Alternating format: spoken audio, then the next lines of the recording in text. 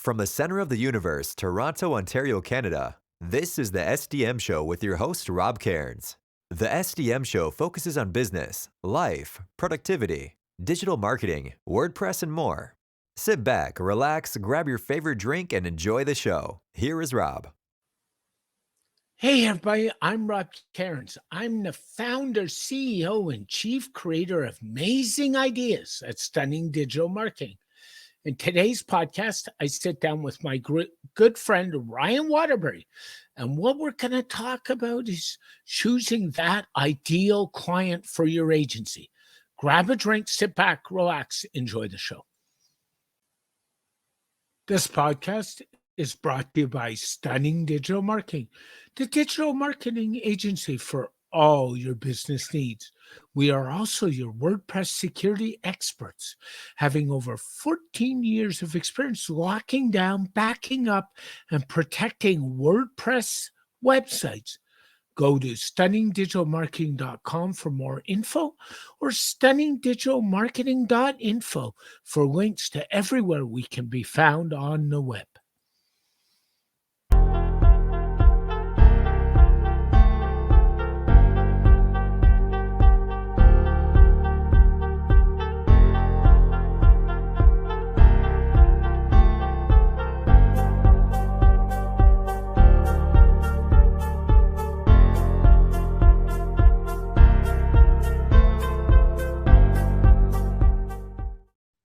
Hey, everybody, Rob Cairns here.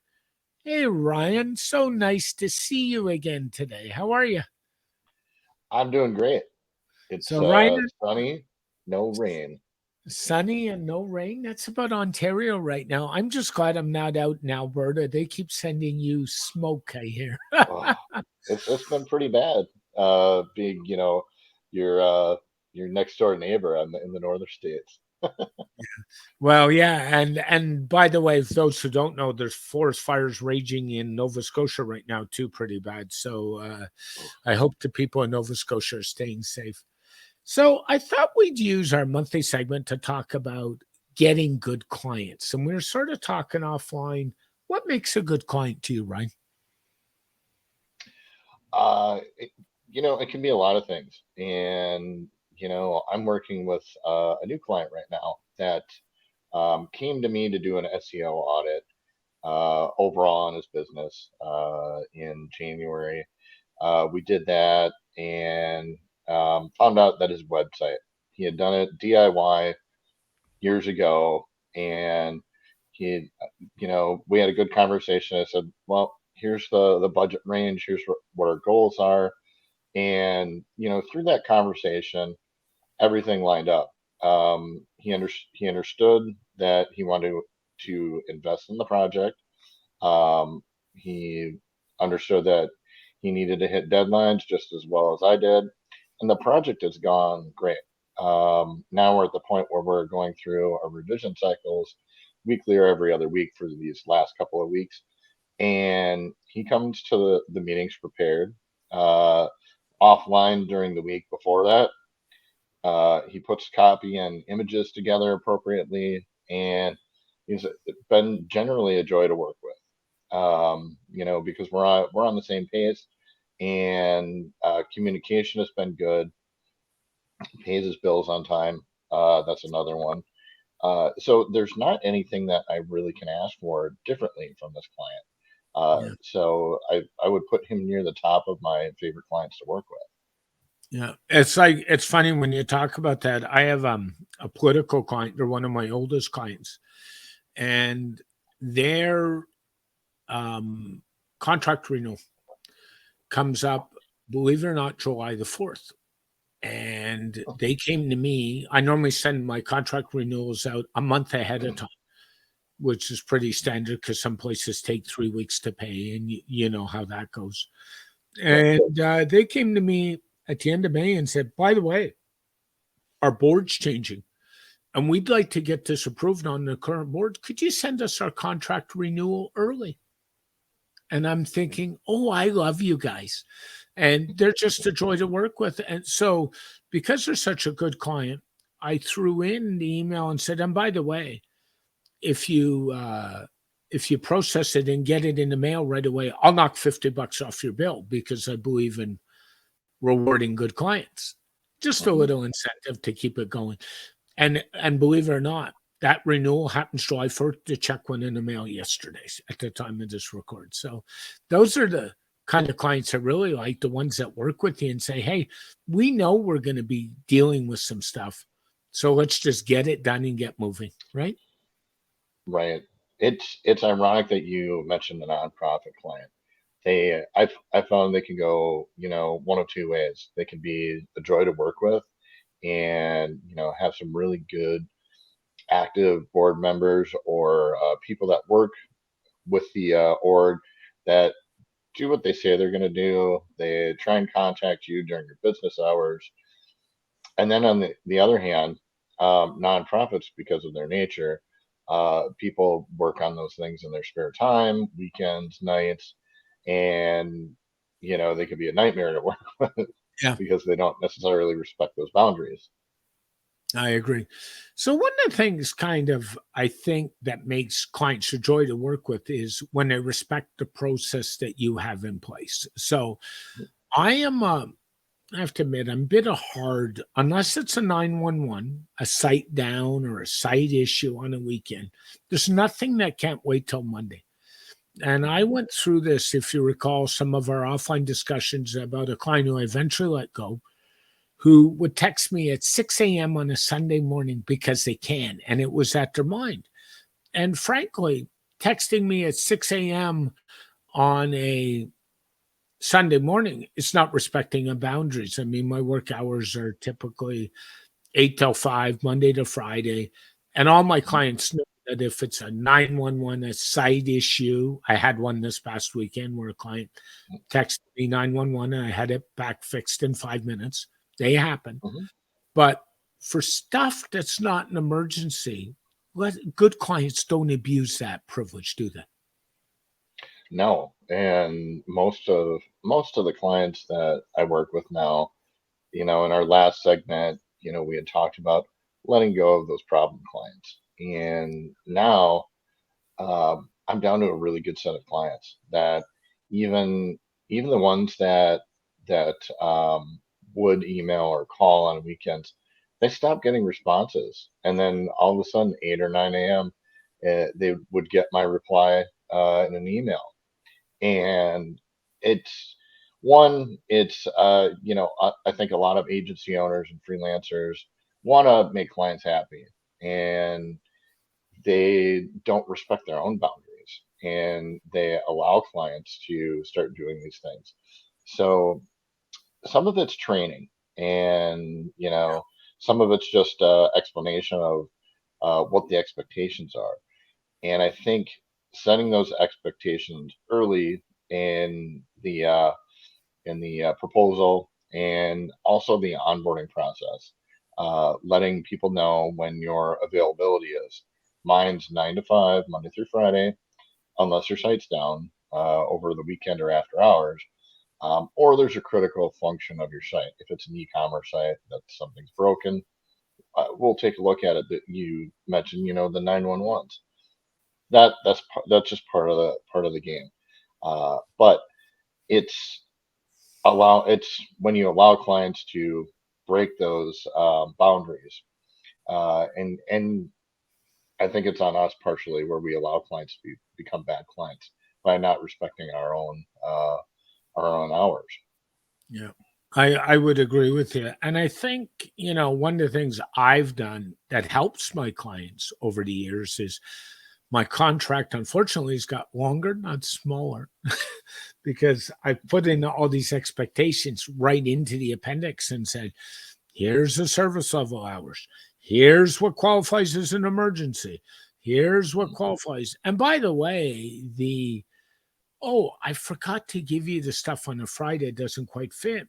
And you and I both know with really good clients, we all make exceptions. Like I've got some Hmm. clients, I will make exceptions every day, all day.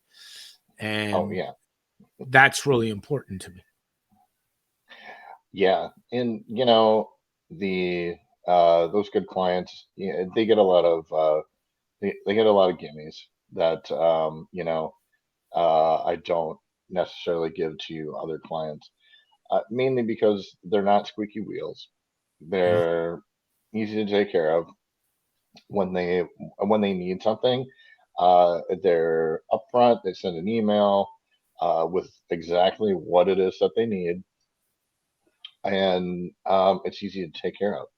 On the other hand, there are other clients that abuse that, and um, unfortunately, you you need to bill for your time. And some of those clients that it always starts with, this should just, anything after that, it's going to be a long task.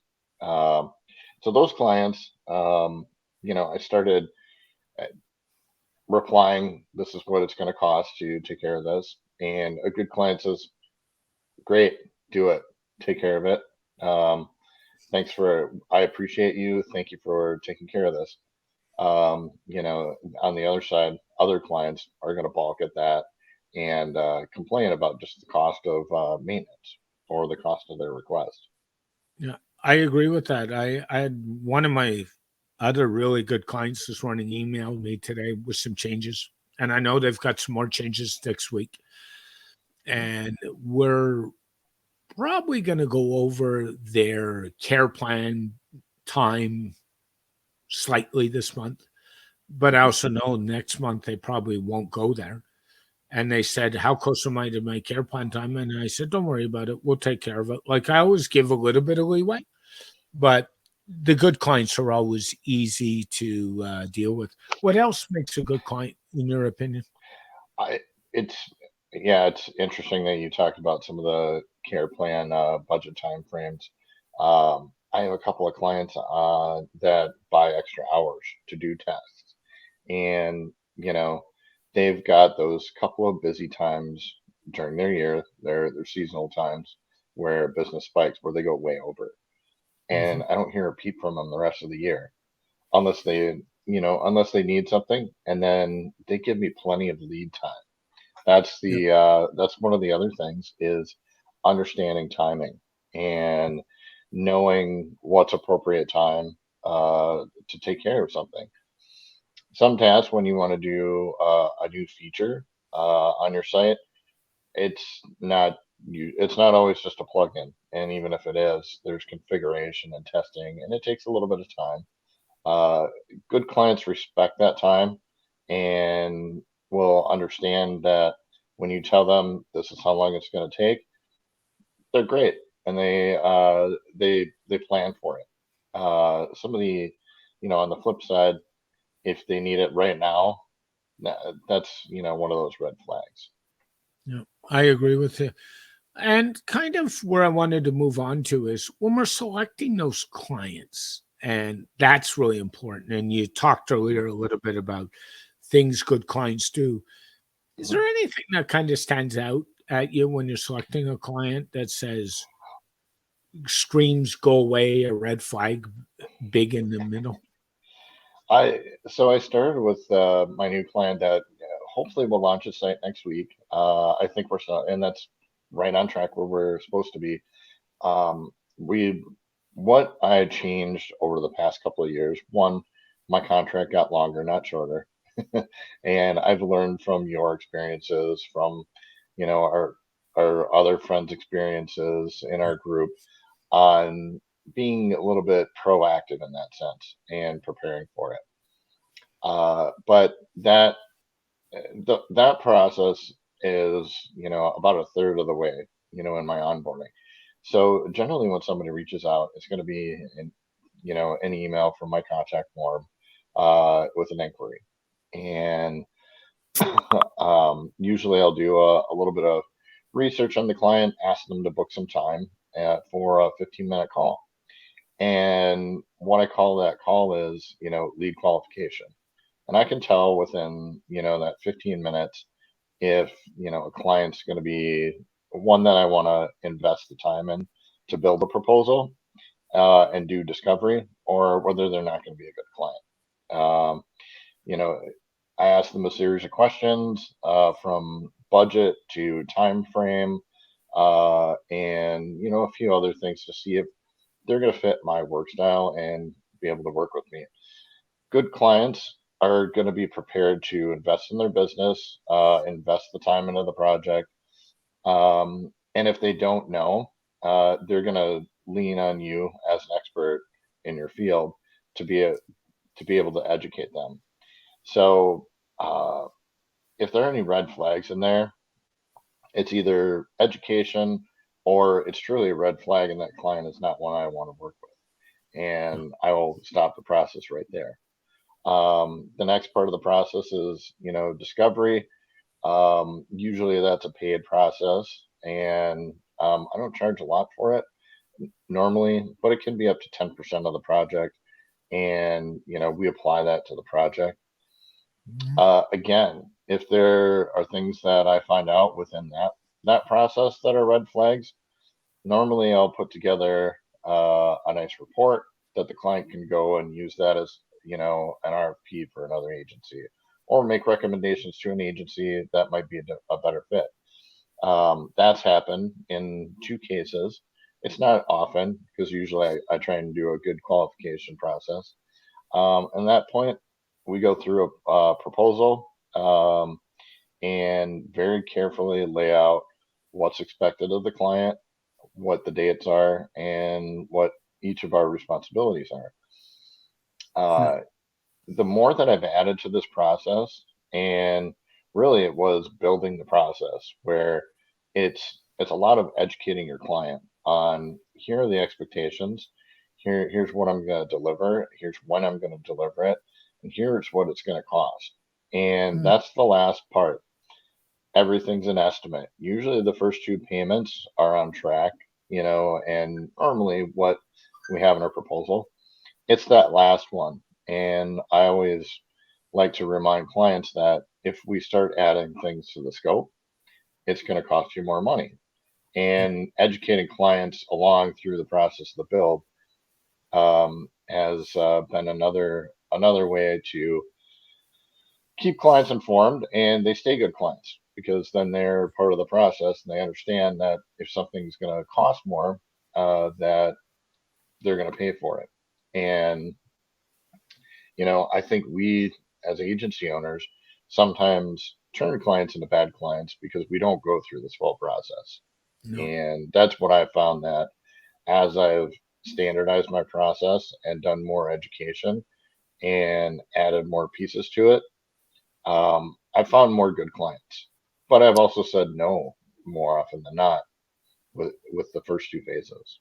Yeah, I would agree with you. I mean, one of the things that I've struggled with over the years is reporting systems and ticketing systems. As you know, I've tried every ticketing system under the sun.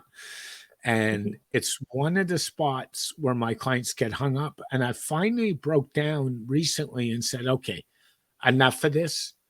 I'm not doing any more long emails. Here's a Notion board that you can go read. Here's a link to such Notion board. And, that's the end of it. And I got pushback. Several times. And now I've just said, no. I said, if we want to keep projects on time, this is the way it's going to be, because it's really hard. And one of my clients said to me recently, good client, why are you pushing this way? You've tried this before. I said, yeah. And the problem is I've let my clients off the hook. So I've said, okay, I'll circumvent the process. And now I'm not even doing that. So I have a nonprofit that I work with. The board is largely older, and one of the board members made a comment that he's not going to do anything unless you use his new ticket system. And I got word of that in my good contact on the board. I said, you're absolutely right. I said, technology changes, and some of your younger board members have told me how great this is. And here's why. And I walked through and did a little education because I like them as a client and I want to help them. I said, I get a video of exactly what you did up to this point. If you send me an email and say this doesn't work, I have no idea what you were doing. So this helps me to understand how you're trying to do this in the process. Mhm. And I use two different tools to do that. And once I showed her that, she's like, that makes a lot of sense.